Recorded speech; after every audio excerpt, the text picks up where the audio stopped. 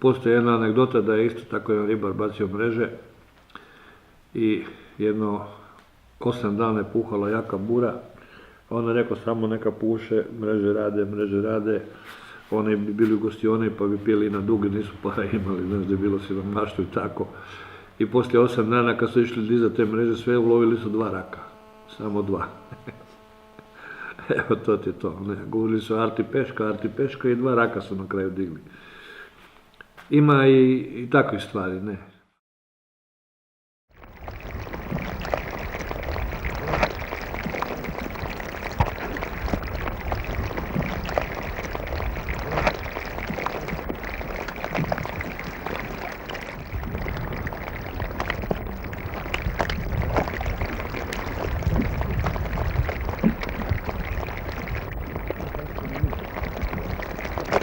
Ovi rakovi to su rakovi, a ženke one se zovu rakovice. Oni se počnu loviti već januara mjeseca, ali većinom samo muškarci. Ženke, oni se obično drže još zakopane u blatu, sve tamo do početka proljeća, odnosno do pola marta. Od polovice marta onda rakovi malo ponestanu, dok rakovice onda nastupaju i one se vade iz blata i idu prema obali. One dolaze prosječno od 35 do 40 metara dubine. I one nastave sve dalje put dok dođu na samu obalu na pličinu od 2 do 3 metra. Zatim ona postane braun i kad već ona sasvim postane više crna, onda ona odnosno odbacuje seme. To seme odbacuje prosječno na tvrdom terenu i to seme su mnogo ribe ostale njega mnogo tamane. Ali sreća je ta što metimo isto dospije nešto da se zakopa u blato, s otim kasnije se legu mladi rakovi koji vjerovatno može biti 3-4 godine stoji pod blatom dok on dobije svoju jačinu da iziđe van i kasnije da i on nastavi da se opet vuče prema obali.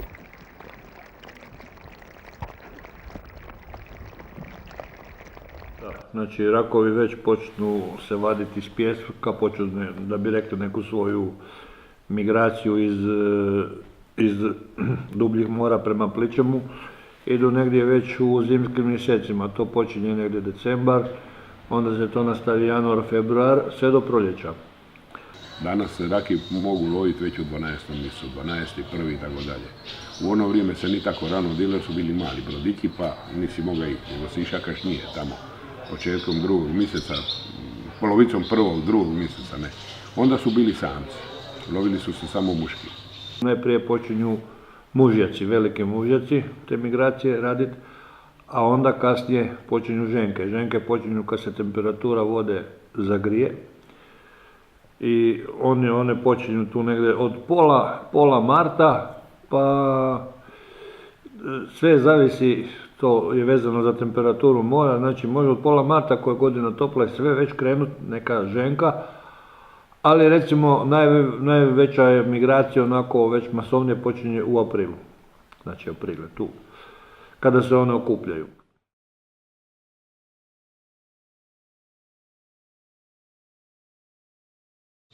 A onda, kad bi došao otprilike oko 24. bi pitali jedan druga su molale račice, to znači da li su se počele račice lovati. I onda bi lovili svi račice. Račica bi dolazila u kraj i račica, kad joj sime pocrveni gre prema kraju, onda to sime, ona ikra dođe ljubičasto, a poslije na kraju dođe crno i ona to ostavlja u škuljama po kraju. I gre ča od kraja. Tako da oko 24. uvijek bi ljudi uzimali godišnje odmore. Ovi su dali na Uljaniku, u tvornici stakla, u tvornici cementa, jer onda je bio moment za uloviti račice. I onda rakovi znaju na pojedinim mjestima raditi, se znaju okupiti u one neke, kako bimo rekli, kao neke kope i gdje se svi skupljaju te ženke, mužjaci i onda to formiraju i onda oni budu sve na tom velikom okopu radi mrijesta. A veliki rakovi oni veliki mužjaci budu oko toga, ti su kao vojnici. Znači oni imaju neku formaciju ovako više, kad gledaš mrave, kako su mravi organizirani, ne, to nešto slično ima i kod rakova. I tako to organizirano. I ti veliki mužjaci su ti koji brane to. To je mravinjac, gledat pod laštvom, to je zapravo mravinjac. I onda bi ljudi već u 5. mjesecu vadili mriže van jer ne bi stigli, 2 puta se dizalo koliko rakije je bilo na dan. Dakle ujutro, pa bi se itilo mriže, poslije podne se odilo nazad. I u polju ljudi iz polja ne bi dolazili doma, samo bi krpali. I tu se oni mrijeste, normalno kada mi počinjemo lov na te rakove, kad nađemo jedno tako mjesto gdje je puno rakova, onda imamo dobre ulove. Znalo bi se naći hrpe, recimo, hrpe raki i to, ta hrpa izgleda otprilike ko pod slame, ko sjena. Okolo budu samci, čuvaju, a u sredi su samice. I ako si to potrebuje sa mrižama, to si u 3-4 mriže znao uloviti masu toga, to bi ti padalo kad si dizao. Inače nije bilo hidreulike, nije bilo ničega, nego si dizao na ruke.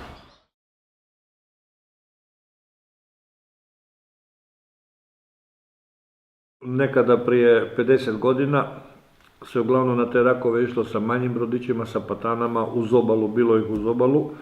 I lovilo se sa malo mreža, jer jako puno rakova bilo uz obalu, se lovilo na 100 kila. I lovilo se na te famozne grampe, puno rakova. Znači sa tim malim brodićima, sa batanama, čak se na vesla išlo puno, motore nije tako reći niko imao. Ko je imao motor, onda je bio sretnik. U ono vrijeme, s obzirom da nije bilo puno mriža, da je bilo uopće teško doći do mriža. Najprije mriže za rake si sam mora plest. Te mriže su se zvale škvanjere. I to su bile izričite mriže za rake. S obzirom da nije bilo velikih brodika i čajedanas i pašara, to se najviše išlo na vesla ili kasnije kad su došli ovdje mali foribordi prvi. A onda, kada bi recimo već došla tamo 10.5. kad više ne bi uspjeli krpat mreže jer bi račice strahovito prekidaju i onda bi ljudi išli na grampu, takozvanu grampu. To bi ti bilo na jednom, to se zove lanča, oni su zvali lanča, to bi ti bilo ovako kao jedan okrugli profil, duga čak 4-5 metri i onda si ima nastavke. I onda bi išli sviti sa feralom i onda bi grampali.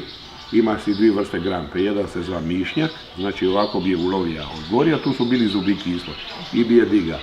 A jedna je bila napravljeno ko savinuta žlica, pa bi je ulovio ispod i diga gori. Jer je to bilo jednostavnije nego krpat mriže. Ti nisi mogao krpat mriže koliko je toga bilo, koliko je toga kidalo. A teško se nabavlja kona. To je ta takozvana grampa s kojom su Premonturci, Medulinci, Ližnjanci i svi iz ovih okolnih mjesta, iz Banjola i svugdje su lovili rakove. Jedan je kleća, jedan je vesla. Da. I onda si pod dnu vidjela kad gredu račice u kraj. I onda su i sa grampom lovili. Kleća si, tu si bija i glava ti je bila unutra. Zavidi dno. Čuj, maska, ni bilo, ničega ni bilo. A raki puno. Onda su nam pravili ovu grampu. Ovo je modernija verzija grampe. Isto dođe štap gore koji je isto dugačak, ne. Ovdje bi se stavilo lastike od gume koje bi radilo ovo, bi se otvaralo. I znači tu bi se nabadalo raka, ne. Bi se dole na dnu nabadalo ovako raka, grampa bi se otvarala. Ovo. I rak bi ostao unutra zarobljen u... Ova grampa ima malo prednosti, što kad bi rak bio unutra, on bi bio stisnut s lastikom, ne bi imao šanse da se svuze sa nje da pobjegne. I u tu grampu bi se moglo složiti 4-5 rakova, ne.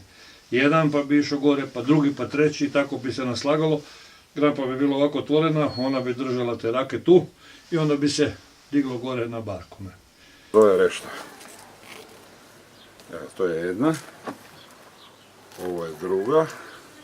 Ovo nije pleteno na ruke, jedan put se ih plevalo čak na ruke, se to vidjelo. To je bilo kao spremište, samo su bile veće. Bi stalo po 50 kili unutra. Onda bi slaga, kad si napunija reštu, bi je veza za brod i kad bi kamion došao, bi to izvadili i krcali u vrši. Nekad su bile i vrši, znaš, od pruće odpletene. Samo to više nećeš naći. I ovo je malo, gledaj kako je, ovo je stane 5 raki unutra, ovo je napravljeno za isto. ali prije su bile rešte gdje bi stavilo po 50-60 kili. Nisi sam mogao digniti iz mora. I po 70 kili.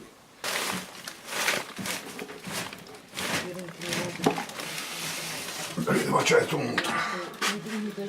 To je laštar. Vidiš, tu imam još, vidi kakva je ovo, gledaj. I sad zamisli kad si ti to napunio raki. Tu je bilo 2 žestoka za digniti na brod.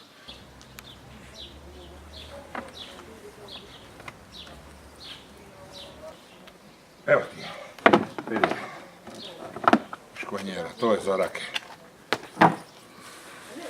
I čak je dosta starija, vidiš.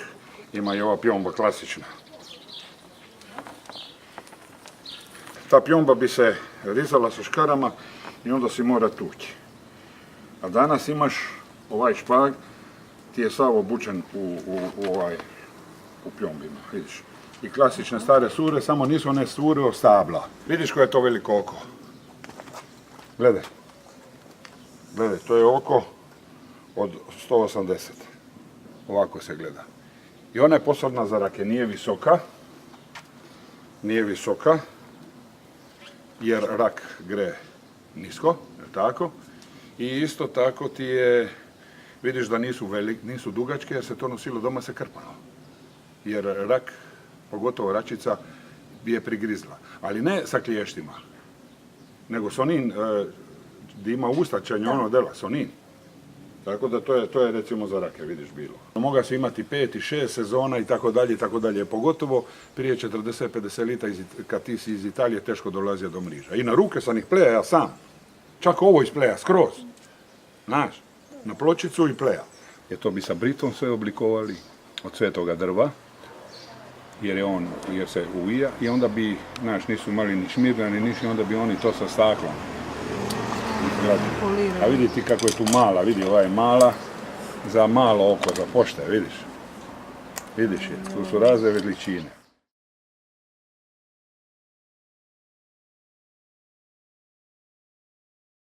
I onda se s tim rakovima, kako su oni postajali sve rijeđe uz obalu i tako, onda smo normalno i progres ide dalje. Ljudi si naprave i veće brodove i motore bolje gdje možeš dalje loviti i više mreža se imalo i tako. I onda sad se lovi malo drugačije, sad više niko ne ide na te grampe, tih rakova nema toliko uz obalu kao što je nekad bilo. Ono malo što dođe uz obalu, to ovi koji sad rone, ronioci to znaju pokupiti u love i tako. Nisam bio nikad s grampom, kad su gram, zato onda su došlo dijela ronilačka, već se ronilo, onda su vadili drugčije. To. A s mrežama smo radili isto ko prije, samo su moderne mreže bile. Nije bilo survani, tučenih, olovani, konopi su od najlona, mreže od najlona. Prije to sve bilo pamuk, to je sve bilo isisal, materijal, konop. I onda to bilo, to su čuvali te mreže, danas je to potrošni materijal, nije to više da se gleda toliko. Samo nema rakova, to nema veze niti do materijala, neko govore da treba imati tanji materijal, onako, ko ima rakova će se uleti u bilo koju mrežu, kad ih ima. Kad ih nema, možeš raditi šta ćeš. I love se uglavnom sa mrežama, baš specijalni za rake, škvanjerama, to je oko od 150 i to ti je nekih 4,5 do 5 oka visine mreža, znači mreža je visoka negdje oko od 1,5 do 1,80 za visine. Gola mreža. Ona je baš za rakove i rakovi se love sa tim mrežama, znači od kako sam rekao, od decembra pa do kraja maja se love na otvorenom moru, znači malo dalje, ide se na milju, 1,5 do 2 milje od obale i tako. Tu se obično polažu te mreže. I sad kod neko ima sreće da nađe neku dobru poziciju ili nađe neku hrpu od rakova i tako, ima dobre ulove i postiže dobre rezultate. Ako ne, ide dalje, premješta se, traži i tako. Prema Turci su lovili od groblja, pa su lovili do kamenjaka, ali ne dalje od 400-500 metri od kraja. I onda bliže kad bi došli ženske. Sa Patano nisi mogao ići van jer bilo nevrime. I to je se delalo otprilike od 30 do 40 škvanjera sa takvih mriža, spojeno jedno za drugo. A svaka ima 12 metri dužine. Tako da tu se nije moglo i daleko. Zato jest bilo puno svega toga. Potom kad se počelo i dalje i fermaž prije nego dođe u kraj.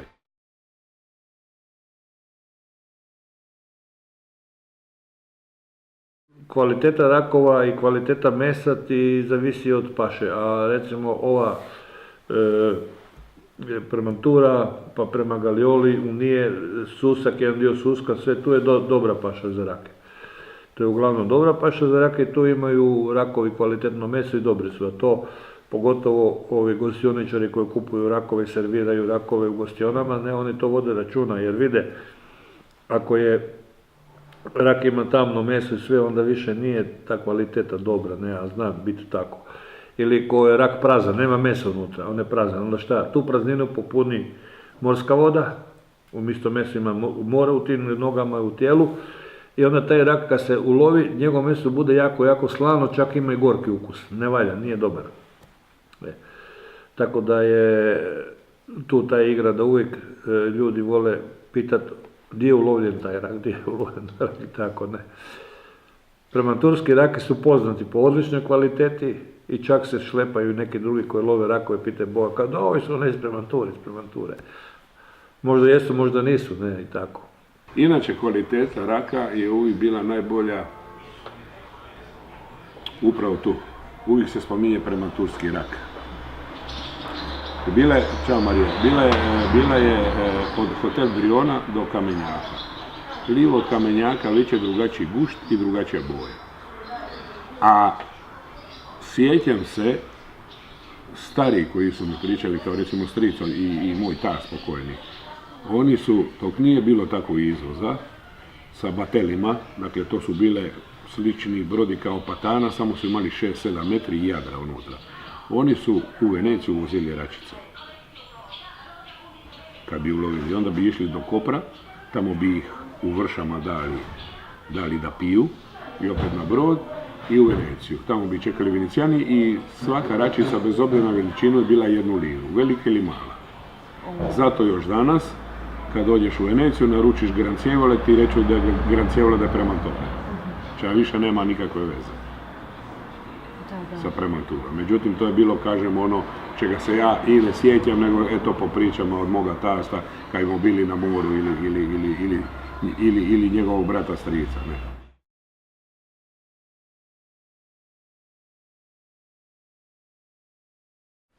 Nekada su ljudi bazirali svoju egzistenciju na lovu na rakove. Čak bi se znali zaduživati u dućanu i tako i u gostioni, ovi ribari, ne, stari. Bi pili, bi napravili neki dug, sad ću ići na rakove i tako dalje, ne. Teško je bilo to sve skupo i prodati, je bilo masu toga. Ekonomski je bilo dobro tamo od 80-ih na dole tamo. Poslije 80-ih je to počelo bi sve ovako ekonomski, da smo mi lovili toliko rakova da smo ih stigli prodavati tu po Istri. A prije toga su dolazili Italijani iz Trsta sa kamionima i onda su bile 2 firme i onda jedna firma je dolazila tu kod nas, recimo Premantura, Banjole, Verudela, Medulin, pa bi pokupili pun kamion, ne znam, tamo bi pokupili 5-6 tona tih rakova i vozili bi u Trsti. To je bilo tamo 60 i koje da su Italijani počeli sa kamionima dolaziti u Zve, sa hladnjačama.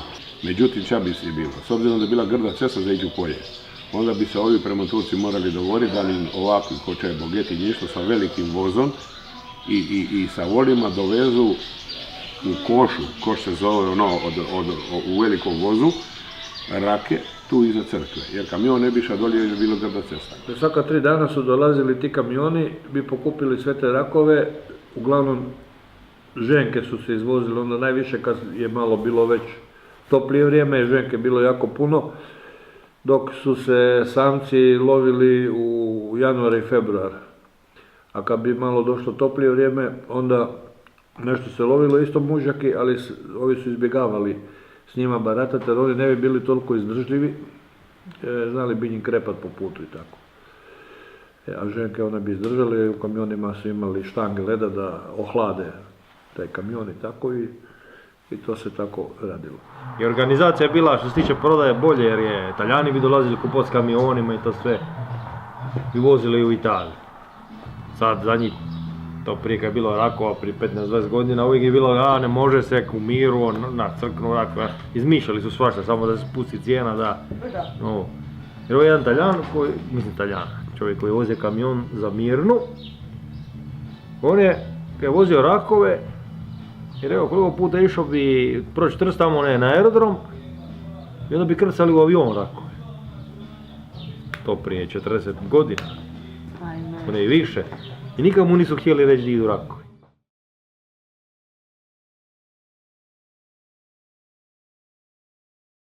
Lani, kad smo imali feštu od ti raki je bilo jako malo, pa smo nekako izvukli se ono malo rake, nešto smo dodali sipa, pa se radio neki brudet i tako. I ove godine nešto koji je rak malo bolje, ali nije baš da je nešto jako dobro. Nije da je jako dobro, možda će se nešto logika malo zastopli, ali je situacija i ove godine nije baš bajna. A to ne znači da do godine neće biti puno rakova, do godine može biti rakova, jer neke godine je bilo tih rakova, smo lovili mi, medulinci, ono i samo bi trpali u te rešte i bi skupili po 4-5 kvintala rakova. Ma ne, to je mislim skoro neisplativo. Ja imam mreže za rombe, za švoje i to. Kad bacim van, onda su lovi uvijek 10, 15, 20 kila rakova između toga. Ali baš da idem rakove lovim, to nema mislim, isplativosti. Prementurci nisu sigurno lovili sa tehnologijama gdje bi bili genocidni za te rakove, gdje bi sve uništili, ne. Jer oni su lovili u vrijeme te rakove dok je imalo ekonomsku vrijednost, lovili su tamo negdje do 6. mjeseca. Poslije već kad bi počelo grijati sunce, temperatura bi postale visoke, više se s rakovima nije moglo raditi. Jer bi toliko bilo toplo da bi oni krpavali. Rakove je jako, bi rekao, termolabilan. Njemu smeta i previsoka temperatura, a i zima. Recimo ko je hladno, da ja idem sad iznad mreže kada je hladno, neka tramontana, temperatura je oko 0, puše mi tramontana, sve, meni će svi rakovi krepati. Oni su jako osjetljivi na to hladno. Osjetljivi su na prljavu vodu. Znači, rak na nepokazatelj, jedan ekološki pokazatelj, znači kad ima rakova sve, da je voda dobra, da je voda čista. I tako je s tim rakovima. Tako da nije to samo ono prekomjerni ulov. Može tu biti puno drugih stvari koje mogu utjecati, zašto ih nema. To sad mislim nije radi izlova. Mi većinom lovimo uz obalu, kad se ide van na rombe, to sve skupo se baci 10 puta mreže na te pozicije, ne pokupi se rakovi radi toga, nego to je nešto s klimom. Tu sad, rakova je bilo vani dok nije onih snijeg. Ono kad je zahladilo, prvi mjesec. Bilo je, lovili smo mreže koje nisu ni za rakove, smo lovili po 30-40 kg. Kad je polni sve, kad je zahladilo, ko da je neko tamo si bacio mreže, više nije bilo 2 raka. Po 30-40 kg. Znači, se zakopali, nestali, ne znam šta se dešava. U zadnjih godina primjećujem da recimo znaju biti proljeća pomalo hladna. Nije ko rane godine kad sam ja bio još dječak od 12-13 godina, kad bi se već od 1. maja kupali u moru, voda bi bila topla. I to bi normalno pogodovalo rakovima, oni bi došli uz obalu, bilo bi ih jako puno, onda bi se lovilo s onim grampama što sam ti pokazivao zadnji put. I sa svim tim alatima i mrežama normalno i tako. Sad toga više nema, izostaje. Recimo 1. maj niko se ne kupa. Tek 1.6. se počinjemo kupati. Znači sve je to pomaknuto za mjesec dana. A to jako utiče i na rakove.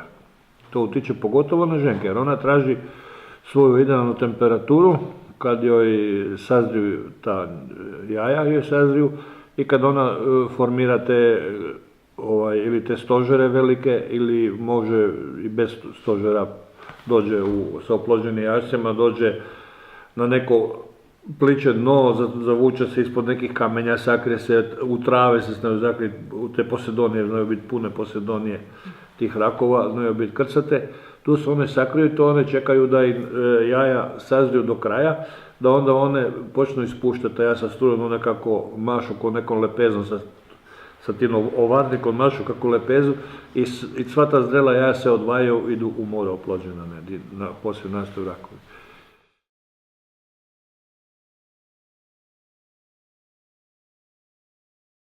Drugoga i nije bilo jako puno. Inače, spremali su se na salatu, dakle obariti pa napraviti salatu, spremali su se na brudet, a nekako najkvalitetniji i najbolji su pečeni na živoj, ono će bude na fraši. Staviš ga u vatru, okrenutog na leđa i kad mu izgori kora, ona materija će ostane unutra, ti bude ko skoro pučine, znaš. Onda je, samo to moraš biti oko mora jer se zapravo izmažeš, ne naješ se, ali je daleko najukusnije. A ovo drugo smo ili na salatu, uz malo radike, davno je to bilo. 50 lita, nije bilo baš kaj danas. Tako da rake i riba je prema Turci odgojila. Ne? Za jest, oni se moraju kuhat, morate ih staviti u hladnu vodu. Kuhat, da se kuhaju 25 minuta u ključu. Zatim ih vadite van i naravski onda ih morate lupat, razbivat nožice, vadite meso i tako kasnije njega se postavi malo bibera, ulja, sirćeta i to se može jesti kao salata.